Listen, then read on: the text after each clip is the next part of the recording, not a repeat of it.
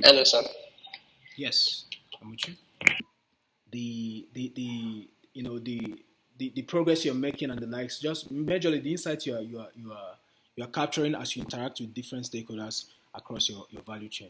So you use that to think concretely, across all these factors, how you can use that to improve what you're offering. So this, I would like to say that this canvas is pretty much, this is the new way of, so initially, not initially as in years back, if you wanted to start a business, the traditional approach was to come up with, to write a business plan. Actually, I wrote a business plan when I started my first business, and it took about roughly 6 months to write like a very elaborate business plan, you know about how many pages I can't count anymore. But that was how long it took to develop a business plan, a standard business plan. It took me 6 months to do that, right? So, but with this, typically this is designed. Whatever you have now, it's a living canvas. So what this means is, this is all in a bit to make startups, agile and grow lean in a lean, direction, right? So that is why this very canvas is needed. So typically, the lifespan of any canvas you develop today or during this week would is typically 3 months, right? So after 3 months, you come back, review the whole factors with what you've learned and gathered so far within the space of that 3 months. Use that to update what you have here. So it's what I'm trying to say is that this is a living document for you. It's something that will be very flexible as you keep growing. So as you're noticing any changes, as you're adding, as you're gaining different insights across the market and your products, you use that to update what you have here, right? So for you to get started on this, you first start with the problem. There needs to be a problem that you're trying to address. So you can describe it in just a one sentence. This is the problem. This is we are trying to we are advancing sustainable business development in Africa, or we are promoting, or we are advancing SDG goals in Africa, for example, or different problems depending on.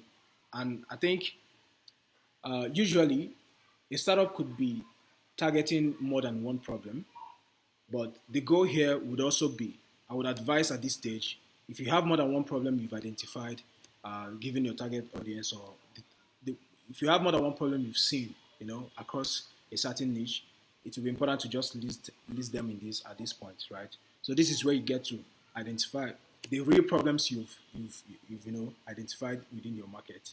Then you move down to purpose, right? So purpose is not just okay. You've identified that one of the problems that is out there that you want to solve is that, okay, when it comes to farmers, for example, they don't have an efficient way to dispose waste. That could be one problem. Another problem could be the farmers don't have an efficient system of transporting their goods, their farm produce. So this could be two typical problems.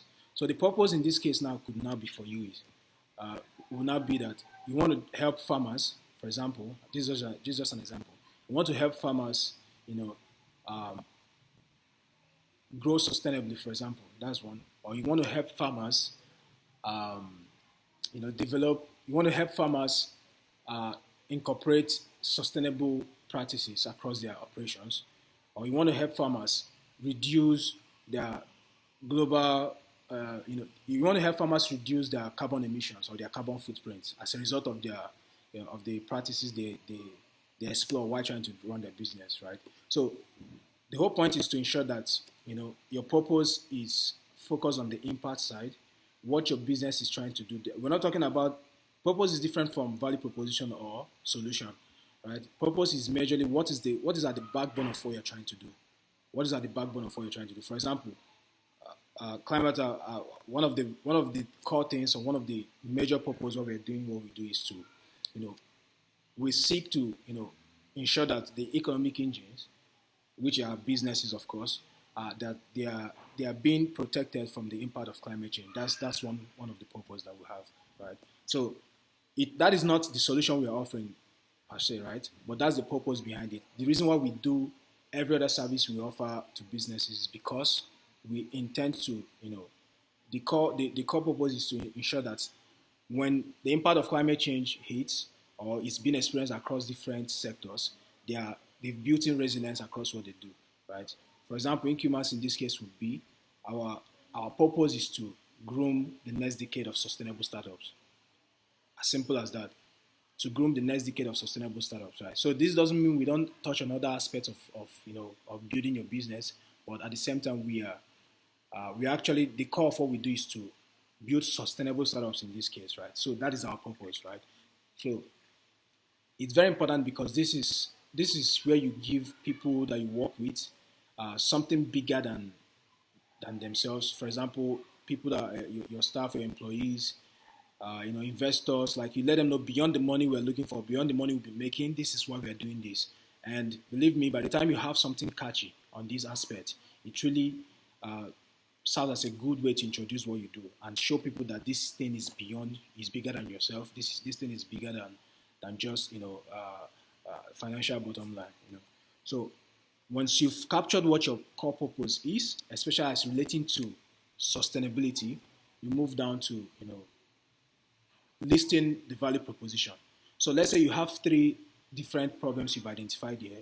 It would make sense to address how the solutions you're bringing out to address each of those three problems you have there. So if you have three problems, you need to be able to also have like roughly basically three value proposition that can address this. But if you have one solution that captures the three problems, that's also one good way. But the point is to this is where you get to list the products. It could be products, it could be services, depending on what you do, that can help you address the problems that you've identified at scale, not just you know on a less impactful manner, but you know how can you help people all over the world. Basically, you think globally, how can you help people all over the world to solve these problems you've identified here? So if you can do that, it opens you up to uh, developing a product that is really scalable, because that's also one thing you're trying to do. So after you've identified these aspects, you move over to impact metrics. So for example, I have a couple of startups I'm working with, and they're developing they're developing impact businesses. Most of them are developing climate tech solutions, right? So one of the things that you see on the pitch deck while we are interacting is basically they'll show you what the impact metrics are. So for example, this is the expected in 4 years' time, given their projections and the level of impact they anticipate to have brought into the ecosystem. They will tell you that through their services or through by using their service, you've been able to reduce 500 metric tons of CO2, for example. In your case, EK Bricks, for example, you could be able to say you've been in the next 4 years, the impact metrics you're anticipating could be you've been able to reduce or prevented 4 metric tons of plastic bottles, out there, right? So this is just you saying, giving the direct implication of what your business activities or what your value proposition will have over a given period of time, right? So this is where you talk about the expected environmental or even social impact that your business is going to have.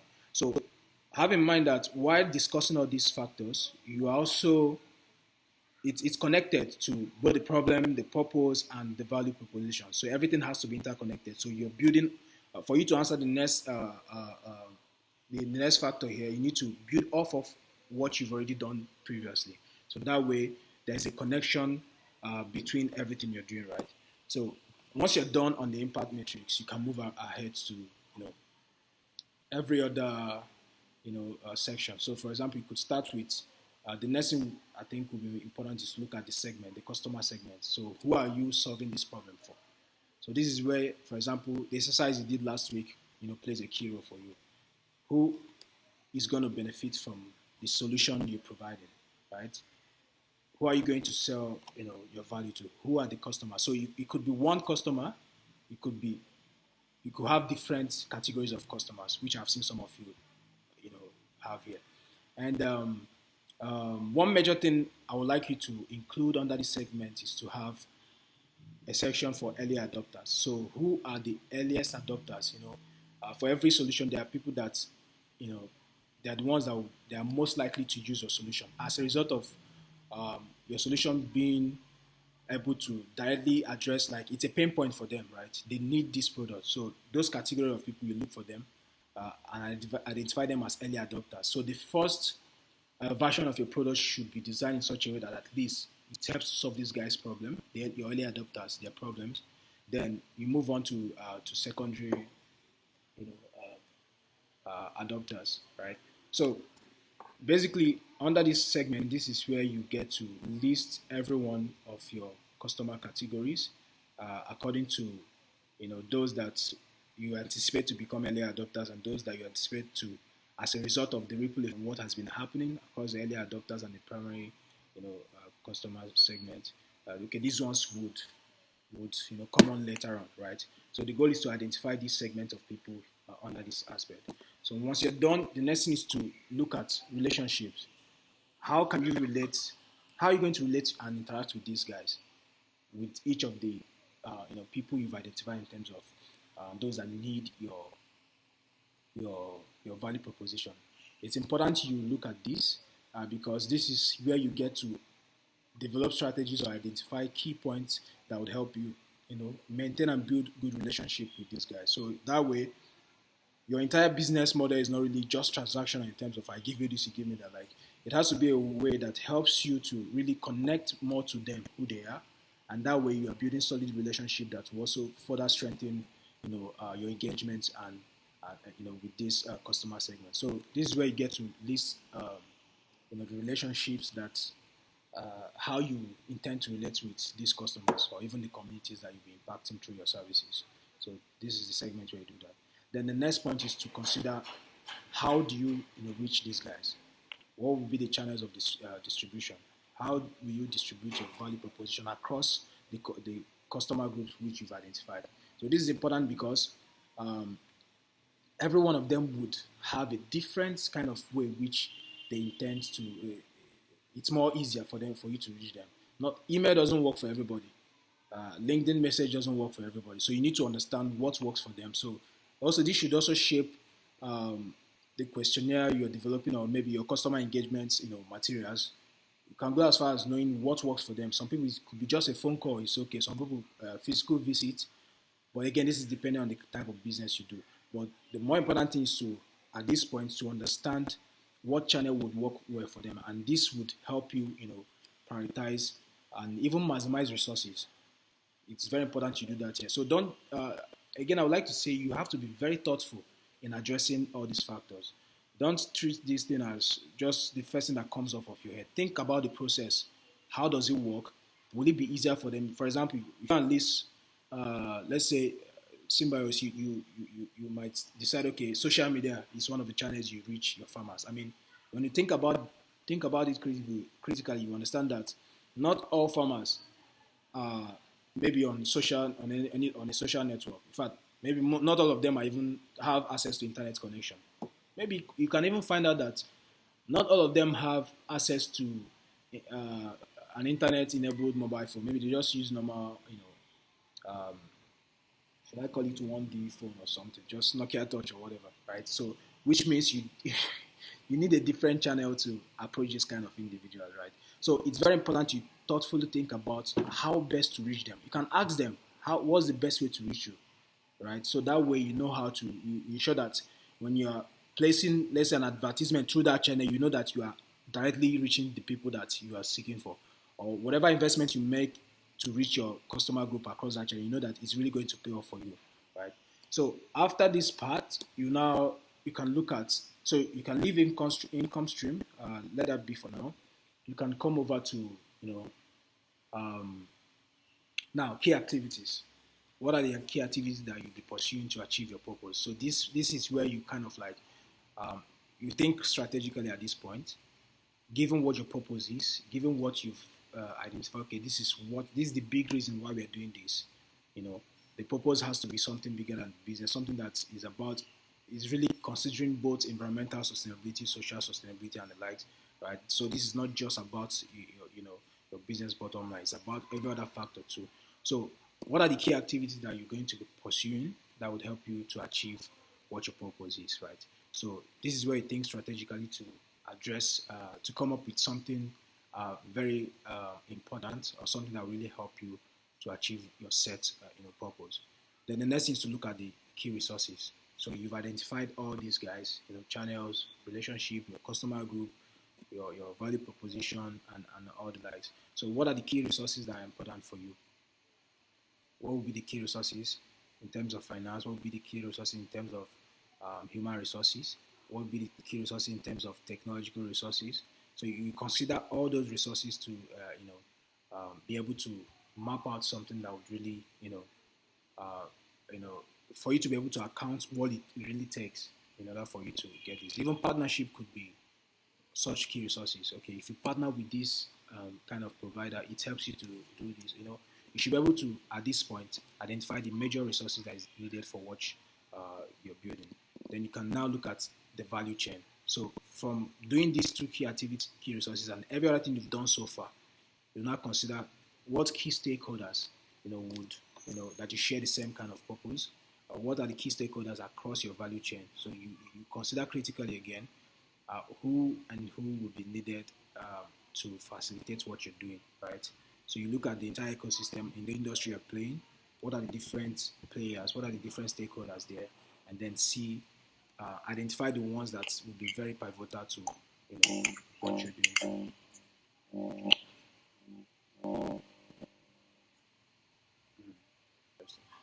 Okay, so after that, I don't know if are you following? I think at this point, let me know. Yes, I'm following. Okay. Yes, sir. All right. Okay. So yeah, at this point, once you're done identifying your key stakeholders, you move on to considering the cost structure. So this is also where you need to be also critical, very careful. It's also about strategy. So remember, what we're trying to do with this canvas is to crunch the whole business plan. We're crunching business plan here. So quite a number of these things are going to be strategic. You need to thoughtfully think about them. So you think about what are the cost of developing your solution, your technology, marketing cost. You just have an understanding of the cost factors that are necessary to deliver on your value proposition. So you look at each segment. Is there any way, any interface doing each of these factors where there has to be some level of financial value that has to go out from you in order for you to achieve whatever set objective you have across each of these factors. So you identify all that and capture it under the cost structure here. Then once you're done, you now consider your income streams, right? Your business model, or your revenue streams, whatever you want to call it. So this is where you now think of, okay, how do you generate income given the value proposition you're giving? At what point are you looking to receive value from your customer, your target audience, right? So this is basically what this is about. And again, I would like to say the goal to really developing a business model canvas that is really engaging and solid is really about being very thoughtful across each factor. It's not something you just breeze or rush through. Think critically about them, and this is you developing like your playbook, for engagement, right? If you want to talk about marketing, all you need to do is you come to this point, you come to channels, look at what you already have across channels. That shows you this is where you need to go to seek. This is the medium you need to engage while pursuing any marketing activities. Then you could come across your value chain to see, okay, who do you need to partner up or work together with to achieve that marketing objective which you have. You can come across your key activities to see if you've been able to identify some of the maybe periodic events that is necessary to to what you're doing. So all these things, they are more is a living playbook, like I've said again. The goal is to help you to capture key factors that is necessary to run your business. So yes, before I move on to the next slide, I think I would like to, if you have any question at this point, let's treat that before we move over to the next slide. Hello, sir. Yeah, Richard. Does having this canvas, doesn't that the normal business plan that everybody types, like, doesn't mean it is obsolete, like absolutely not needed anymore? Okay. So to answer this, the first thing I would like to say is this: if you have a business plan, if you have a business plan prior to now, that's good. In fact, the truth is, you use the business plan to answer most of these things here. And regarding does it make it obsolete? Now, I pointed earlier on when I started that the reason why we use this is to ensure that startups are agile. And see, the thing about business plan is you spend so much time developing 50, 100 pages of your proposed business plan only for you to hit market and see a different reality. So in that case, what do you do? Do you come back to start afresh to develop another business plan? No. So that's why what we're able to do with this BMC is that we captured key areas or key factors in the business plan and then crunch it here. So the goal is to make this one as flexible as possible. So like I said, the lifespan for your BMC should be at least 3 months. So on a quarterly basis, you are reviewing this thing. So the goal is to make you agile to approach your business development, to approach building your startup from an agile perspective, right? So it's been proven that this model works better than having your old model of a business plan that is actually not flexible at all. So that if you've looked at especially some of these old businesses that have gone out of business, you understand that they were not flexible enough in their business operation. And the reason is because of most of them, they were change. They are averse to change. So this is also one of the uh, downsides of adhering strictly to the whole business plan thing. But with this, it's a living document, like I said, and lasts about 3 months. After 3 months, you review everything. So what that means, you already have metrics you're using to monitor how am I doing across my value chain, key activities, what needs to go, what have we proven, you know, most of the things you might have across some of these things will be hypotheses and the likes. So you'll be able to say, given your interaction, your life interaction with what you're seeing from the market, you'll be able to know, okay, this is what is working and this is not working. And maybe you get a new insight and say, okay, this is what could work in terms of key activities that is needed for, achieving your purpose. So this kind of like makes, your big business plan, more flexible, so to speak. And the truth is, even nowadays, nobody asks for business plan really, like really, really. But what I can tell you from someone that's actually developed a business plan is that it helps if you have a business plan. It's good because it makes you think very critical. Because, for example, I spent 6 months developing a business plan, and I saw the advantage it gave me. I understood the business very well. But you don't have 6 months to start spending on just developing business plan. Maybe by the time you finally hit the market with a product or your startup, you find out that you're already late or something, right? So yeah, that's what I can say regarding this. I don't know, Cynthia, do you have something to say on this question? I think it fully captures it, right? The whole BMC business model canvas was built to help startups, right, especially those who are using the lean startup approach, to test as quickly as possible, fail as quickly as possible, question as many things as possible as quickly as possible, so that they can come right down to a model or a structure that works, and then build respect to that. So it just helps you think about the different parts of the business and push as quickly as possible. So yeah, areas capture the message. Absolutely. So yeah, Emmanuel, I hope that answered your question. Yes, sir. Thanks, sir. Okay. You have any other question? Thank you, ma'am. Sir, I do have a question. Yeah, we'll come to you. Let's be sure Emmanuel is done with his own question. No, I don't have any other questions, sir. Okay. So over to you, Emmanuel. Okay, my question is on the impact metrics. How is that calculated and how do we get it? Because it's still quite tricky. I don't really understand.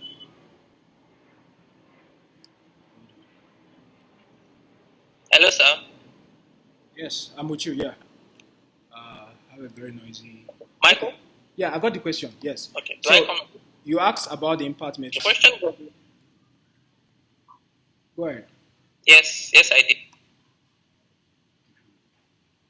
So you want to know how to calculate the impact metric, right? That's your question. Yes, sir. So for you to be able to do this, you need to be crystal clear on what your value proposition is. And people you see that are showing impact metrics are ESG focused companies, right? So you must be a company, you must have a way that your value proposition is helping to, for the most part, reduce greenhouse gas emissions or reduce waste, or reduce plastic pollution or whatever it is. You must have a way to reduce these things. That's how this usually works. So what that means is your normal kind of business can't really give a direct estimate of what impact metrics they're measuring. So again, back to the question, to answer this directly, you need to be able to show a clear relationship between the service you're offering and the identified problems, and then link that to how that helps you reduce maybe greenhouse gas emission or waste emission or waste pollution, for example. So in your case now, one of the things I heard you say is that these farmers, when you talk to them about waste disposal, that most of them burn these things. So you could be tracking different indicators and different metrics to know how many ton of waste is being burned. And then if you run the calculation, you figure out how many, you'll be able to know how many the equivalent of greenhouse gas emission that really gives when they burn these stuff, right? So in the case of EK Bricks, for example, that is using plastics to make bricks, it's very easy for him to directly calculate his own, because now he can say, okay, I need 75 plastic bottles to make one brick, for example. So if he checks his projection in the next 4 years, maybe he's projecting to produce or make 150 million bricks, for example. You just run that by the number of times 75. You'll be able to have an idea of, okay, in the next 4 years, our impact metric is that we are looking to reduce or to save, for example, 76,000 or 76 metric tons of plastics, right? So that's one impact metric. So yeah, again, regarding this, to accurately answer this one, you need to show a direct relationship between your problem, your purpose, and then your value proposition, and then tie everything, as to how it's impacting the environment and the society, right? So you have also work with you along the line to, come up with something like this. So I think during one of our classes, I think we're going to delve into ESG integration. So I think that would sort of create more opportunity to discuss more on impact metrics. Yeah. So well, yeah. Until then, Okay, sir. Thank you, sir. It's important you keep thinking about it so that you can make the whole process very just do your research, read up on how to do it, right? Yeah. So it's important. So when we're having a discussion, it's easier for you to contribute and see understand what we're saying better, right? Okay, sir. Thank you, sir. Yeah. Any other question? No questions, sir. Okay. So yeah, we come over to the deliverables for the week. So the first thing is to conduct research on each of the key sections you have. So about 12 of them or so. You need to conduct research on them, first of all, to have an understanding of what they fully are, and then see how that applies to your own business, right? So basically, you're building your business model canvas, right? So finally, the final deliverable here would be to develop your impact, business model for a startup, right? That's the end goal or the end deliverable, right? So so this is regarding this, today's section. You run a research to have a concrete understanding of what each of those things means. You can go as far as trying to understand, to read up on business model canvas, even trying to understand the difference between that and your traditional business plan, right? And why it's important, right? Some of the things we've said, you see that and more as well.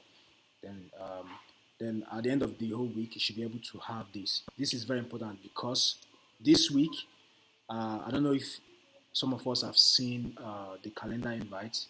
We'll be having an introductory pitch section with one of our investors, right? So as you know, if you've noticed, we're in partnership with an investment firm called FM Capital Group, and um, it's important. We have a very good relationship with the director, and it's important we make the introduction to her now. So this is just to build for her to get to know you guys, see what you're doing, and then build that interest and anticipation moving forward. So that when it's time for us to get investment for your business, we can already have that relationship going on. It's good. So we'll be meeting with her this Friday. We've already sent out the invite link, so she'll be spending 1 hour with us, and uh, I know, I'm sure most of you have pitched, before, so you have experience pitching. But of course, we're going to share with you some guidelines, on how to prepare for this Friday discussion with her. So, but more importantly, I would like to say at this point for every one of you to so we'll be soliciting for feedback from her in terms of what you can do to further develop to further improve on your startup. So she would definitely share a lot of insights. That's what she does. She's very good at that. So she can share a lot of insight that can help you. So Friday by 5 p.m. 5 p.m. We'll be meeting for that. We've already sent the invite link onto your calendars as well. So I think yes. Now, um, most times there's something called. I'm sure you guys know about something called an elevator pitch, or yeah, an elevator pitch. So the goal for this elevator pitch is so that you can be able to, within 30 seconds, just say something about, properly introduce yourself and your business, right? So, and the goal is to develop, if it's properly crafted, if it's well defined, it can help you capture the interest of any stakeholder, which could be an investor, a customer, or even a potential employee, right? So it's important you have something like this without, pending to when you have a properly developed pitch deck. So it's not, most times, for example, in the case of investors, they are too busy to look at a pitch deck or anything, and most times first impression really matters, right? So if you have a well thought out, elevator pitch for your business, it helps to make you stand out, right? So this is just like a mad lib to help you develop something like that. So this is what we expect you to use to, introduce yourself. So just within the next 2 minutes, just within the next 1 minute, 2 minutes too much. 1 minute, just take 1 minute out to craft something and then pitch to us. Just give us your 1 minute elevator pitch, given this mad lib that you have here. So this is for both of you. So this is 4:47. So 4:48. Yeah, 4:49 typically. Okay, by 4:49. Yeah, 4:49. I'd like to hear from you guys. What you have regarding this.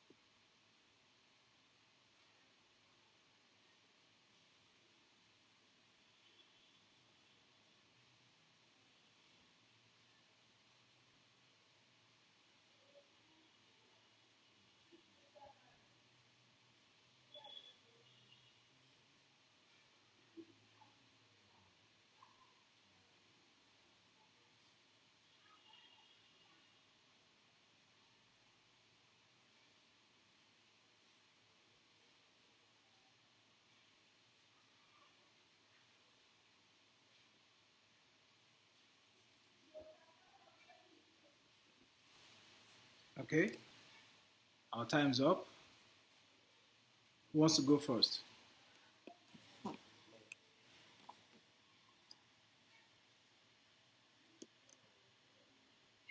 I'll go first. All right, perfect.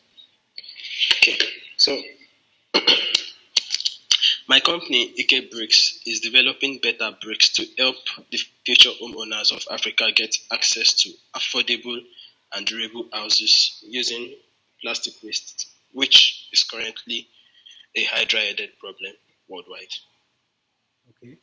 So your defined offering is better bricks. Really? Is that what you're offering? Is better bricks? Then your defined audience is homeowners, from what I got. So that's fine. Can you say it again? Can you come up again? Uh, should I The same repeat thing you what said. I Yes, said? yes, yes, yes. Okay. I said my company, AK Bricks, is developing better bricks to help the future homeowners of Africa get access to affordable and durable houses using plastic waste, which is currently a hydra-headed problem So worldwide. what's your secret sauce? I didn't see you capture that. The secret sauce, that's using plastic waste. Okay. So what you should do is, I just wanted to hear you out. Cynthia, I don't know. Do you have anything to say before I wrap up? Then, Ben, do you have anything to say regarding what his 1 minute or his one sentence speech?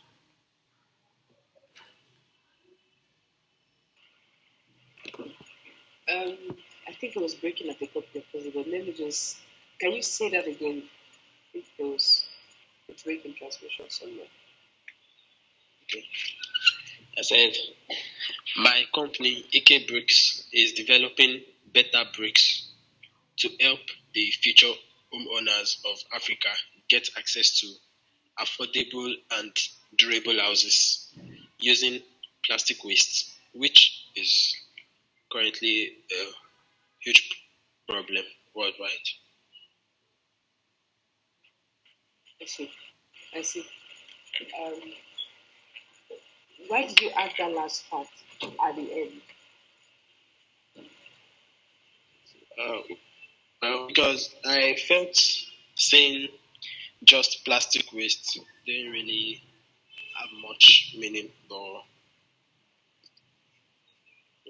it was just to like buttress the plastic waste. Okay.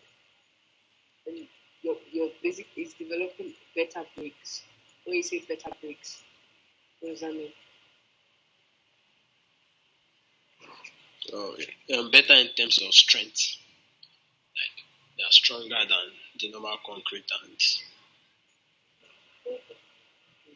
Okay. Very good. You got that.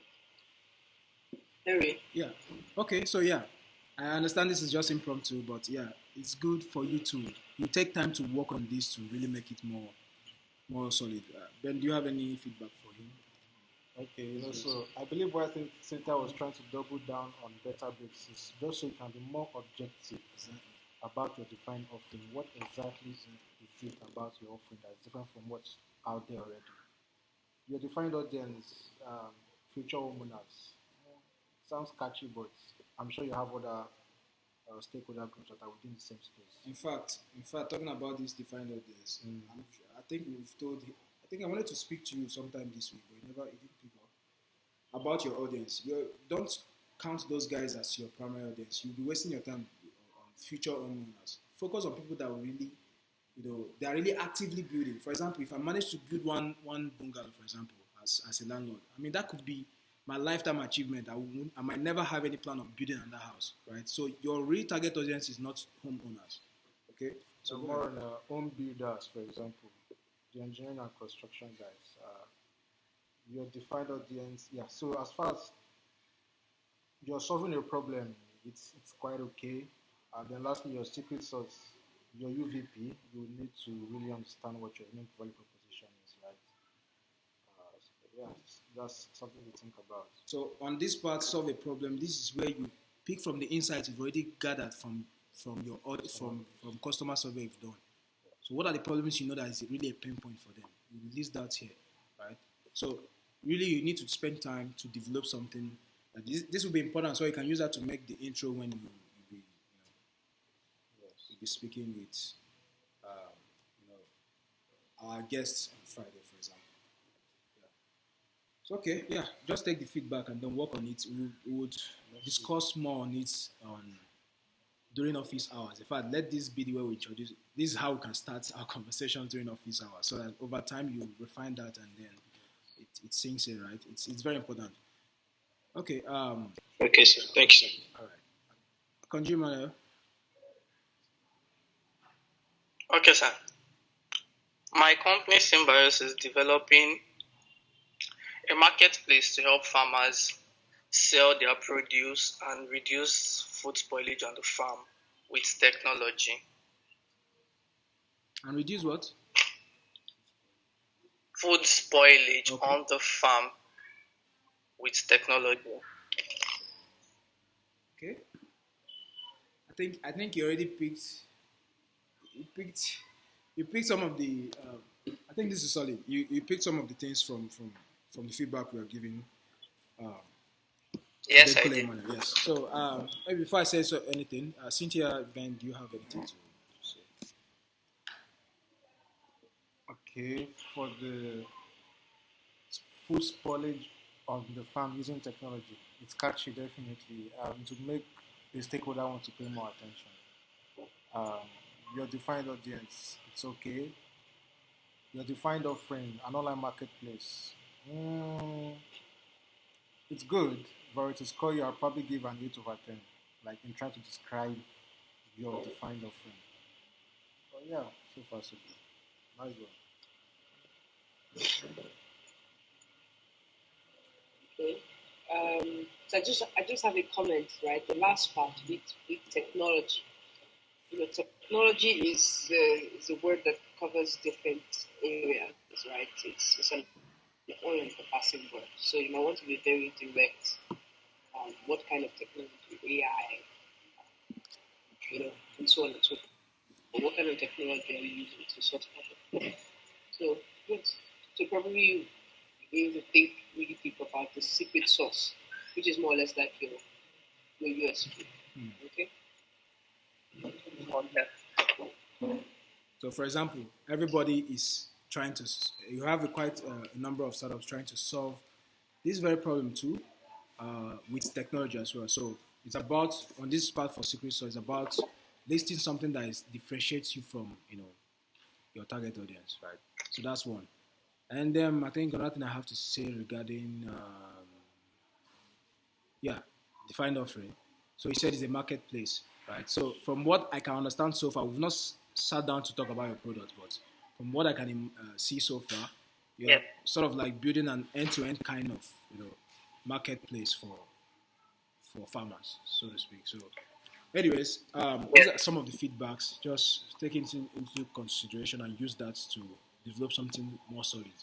And like we told, I think Kule Emmanuel would we use this to start our conversations anytime we meet for office hours, and definitely on Friday as well. That's what you should use to start. So at this point, Okay, sir. yes. At this point, I'll hand over to Cynthia to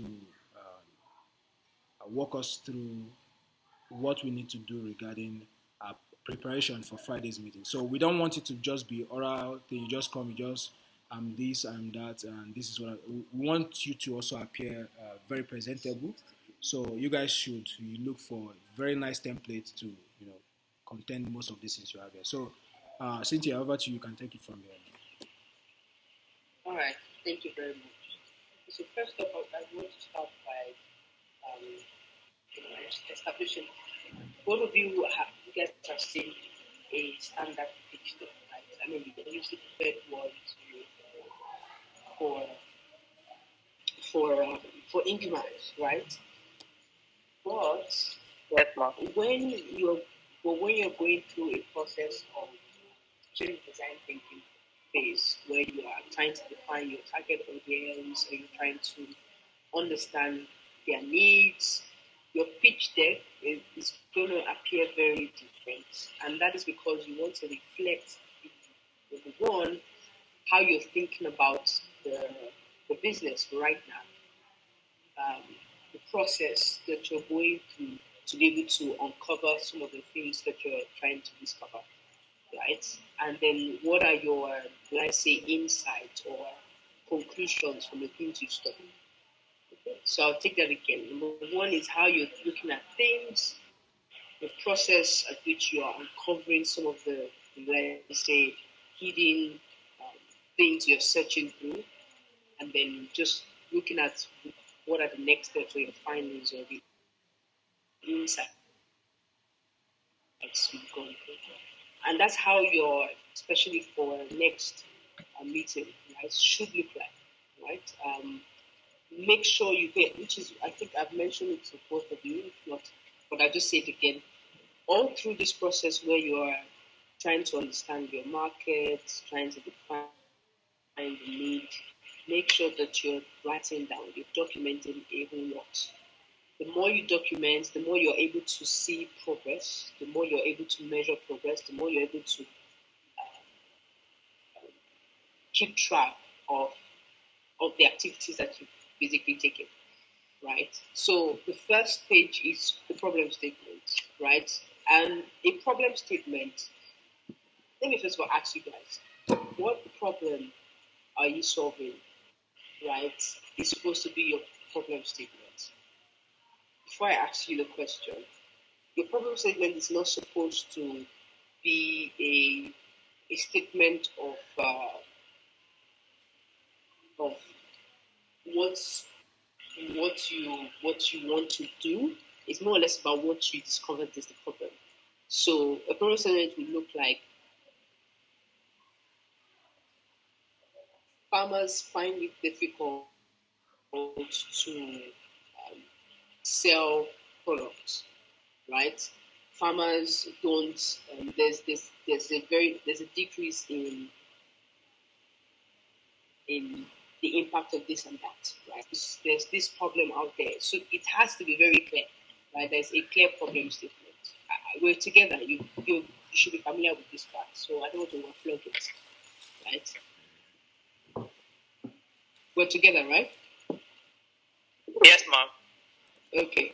All right. Target audience as well. Now, for your target audience, you're looking at different categories. You're not just looking at, this particular category is the target audience, because at this stage, you haven't really defined your target audience. In a sense, you're still learning about them, you're still discovering, you're still in the research stage, right? You're still learning more about who they are. So you want to make sure that you have, will I say, possible target audiences. So, okay, I'm looking at farmers, I'm looking at this other section, I'm looking at this section, and this is the problem that I believe that we have, right? Do you understand? Do you understand? I think Yes, ma'am. Yes, ma'am. Yes, ma'am. Okay, so it's, remember the essence of this pitch deck is this pitch deck is not for, this type of pitch deck is not for someone who has finally figured everything out and is trying to get investment. This pitch deck is for someone who is still in the discovery phase. So it has to really reflect the amount of work you're doing or will do to properly define your path, right? So the next thing is hypothesis. So a hypothesis basically is you question and say, more or less like this. 95%, or I believe there are 95%, 95% of farmers, lose out on 60% of their revenue because of wastage, right?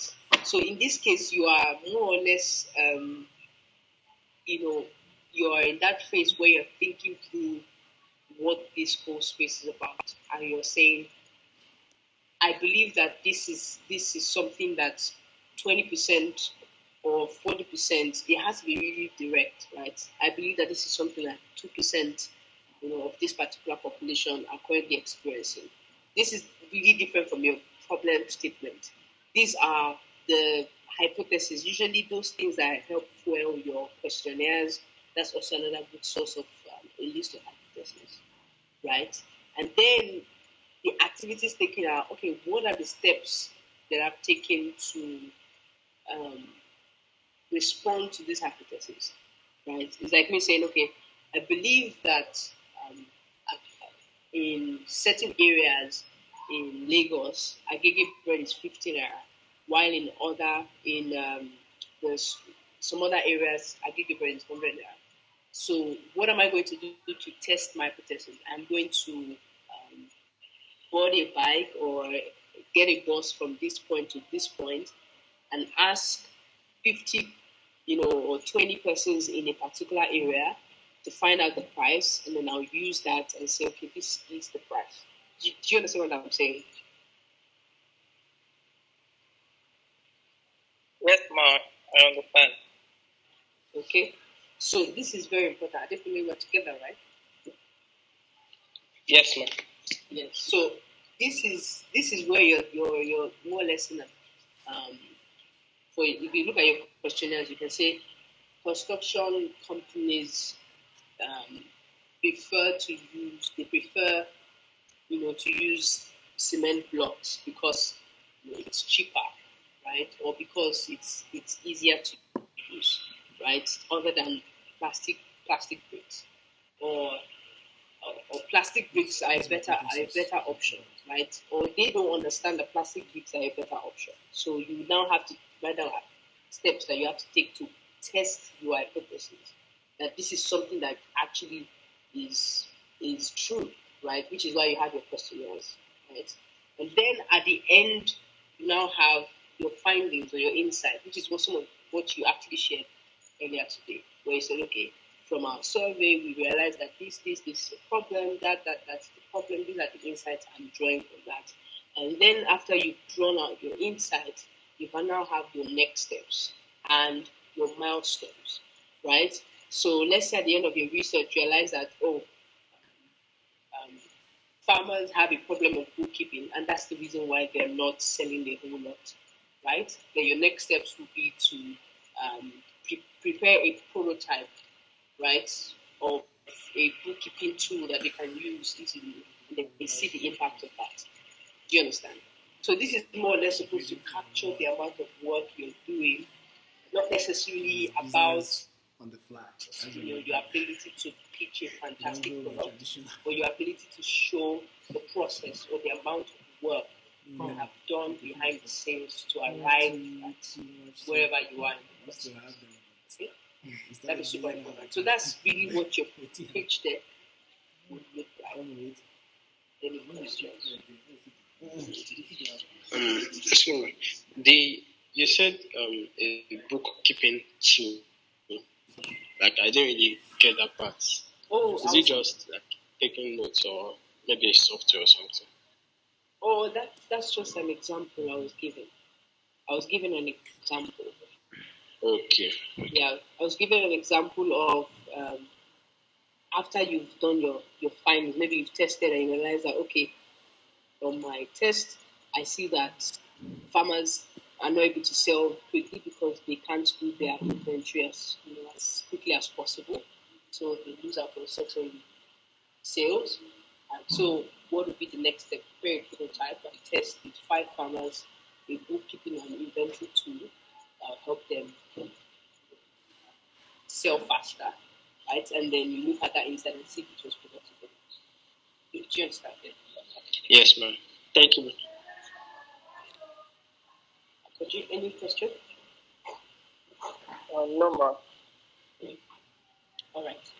So just to reiterate, your pitch deck is not about how fantastic you pitch this particular Don't thing. stop. It's about the amount of work that you've done behind the scenes to arrive at where you are right now. All right then. Over to you. Okay. Thank you, Cynthia, for that insight. So I think I remembered sometime, I think it was with Adekunle Emma that I was chatting with you on WhatsApp regarding a certain post I made. So again, I'm just doing a little bit on hypothesis, right? So this is very important, especially at your stage now, that you guys are able to have set a hypothesis. That's what your typical stakeholder should be interested in seeing. And for example, this is also what would really shape your your approach to the market. So, for example, one of your hypotheses, for example, this is for you, Ike Briggs. One of your hypotheses could be um, home builders or construction project developers, for example, are interested in using plastic bricks, right, over this other one. That's the hypothesis because it's important that that hypothesis is true. If not, your business has failed from the start, right? So it's a strong hypothesis to actually start measuring now, right?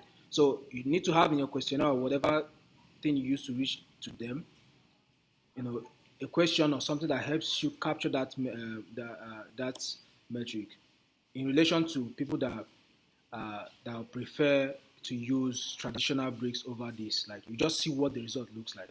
So you could say, okay, 60% of people you surveyed, they opted to use, they are open to trying a plastic brick, So that would give you to even make you confident that yes, you're developing something people want. So that's an example of a hypothesis you're looking at.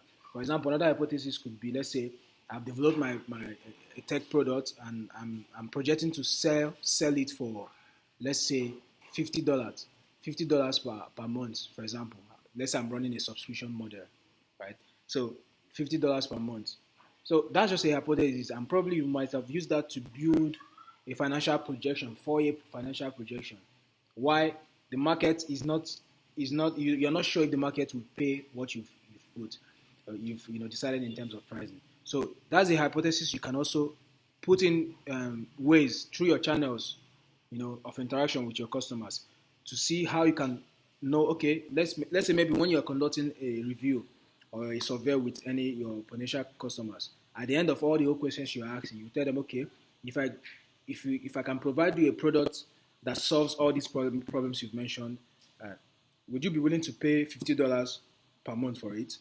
So you measure the number of people that said yes to no, and if you can even go as smart as figuring out, asking them on the go, how much do they think, or how much would they be willing to pay for it? That way, you can also use that to come up with a good pricing strategy, right? So these are some of the hypotheses you need to be developing, right? And so one of the things I want you guys to also do, especially I'll be speaking with one of you tomorrow. So tomorrow, by the time we're speaking tomorrow, come up with let me have a list of your hypotheses that you've developed already that you want to validate, because this is important for you guys as even at this stage, right? So that's what I really want to say regarding this.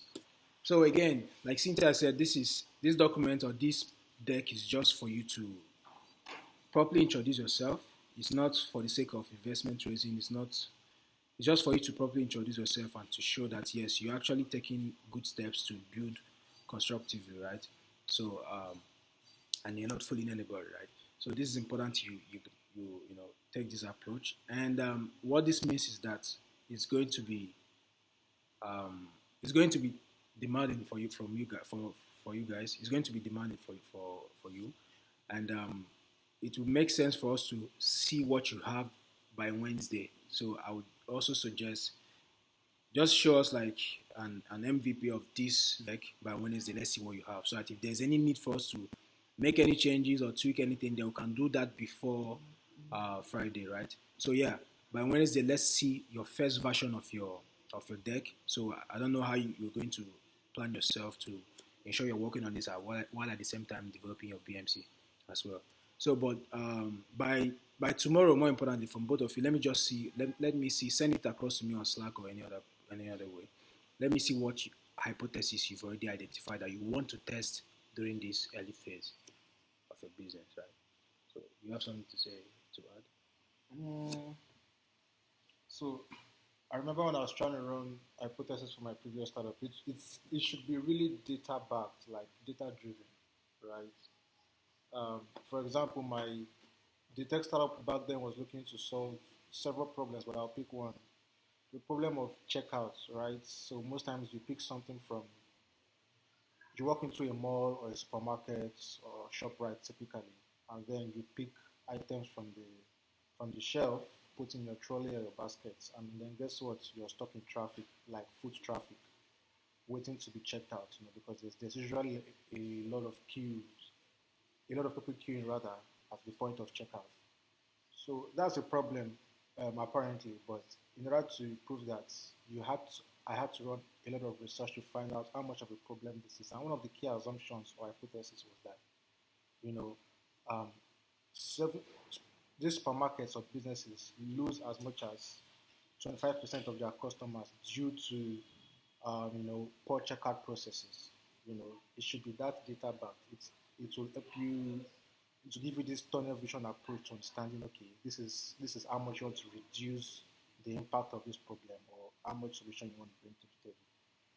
And yeah, in closing, what I can say is um, this deck, it will be like a living deck. What do I mean by that? It will change over time. So the more hypotheses you're testing, the more milestones you're reaching, you should be updating the deck, right?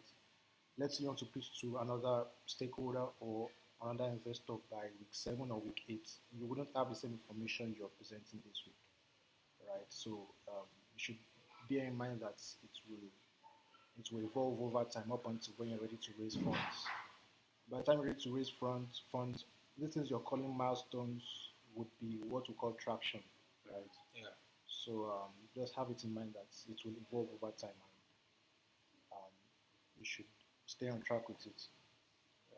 Yeah, that's absolutely true. And yeah, so let's get to work, guys. So again, I would like to say here, this is just a 5 minutes. It should take you 5 minutes to work, to present yourself, to run your elevator pitch, and you get started on this, right? So just 5 minutes to talk about this thing. Then you sit down and listen to feedback, from our guest, right? So that's that's about it.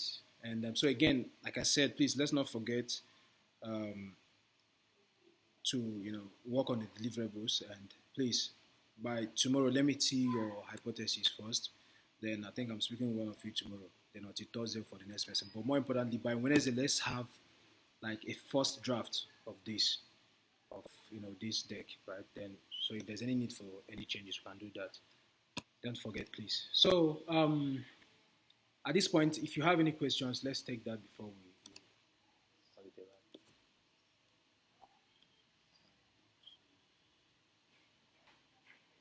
it a I've already asked my questions earlier.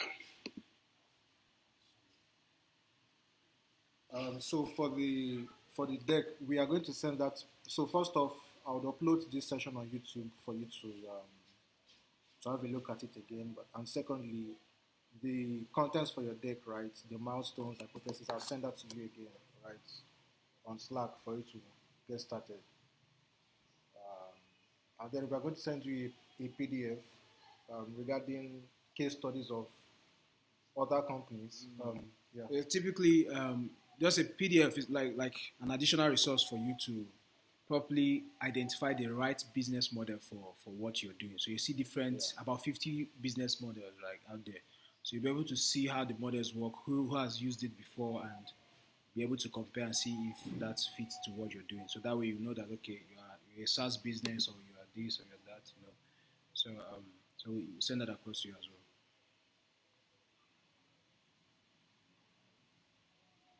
Okay. So I think that's about it.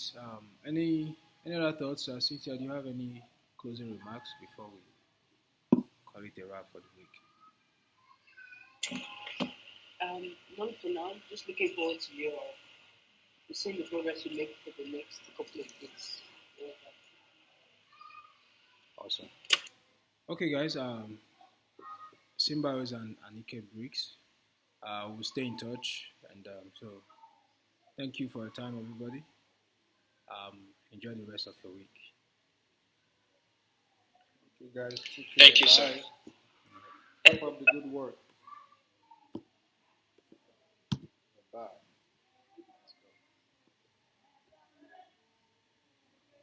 Wait for our guests to leave. And do your style. No one leave again. More questions. Even Cynthia. How far on now?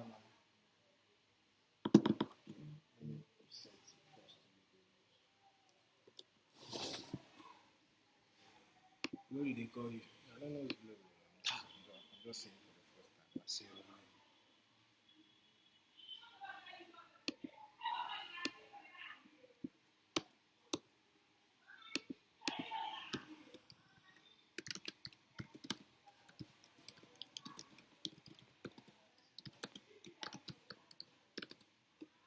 For real, this guy's still there. Oh no. Pissing you and go waiting. Now funny though.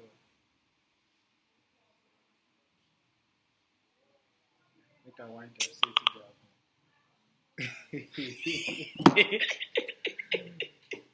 so let's tell them to leave so Them we have out. nothing. Yes, okay. Adekunle and Akonji, you guys can leave the session. I want to quickly have a brief discussion.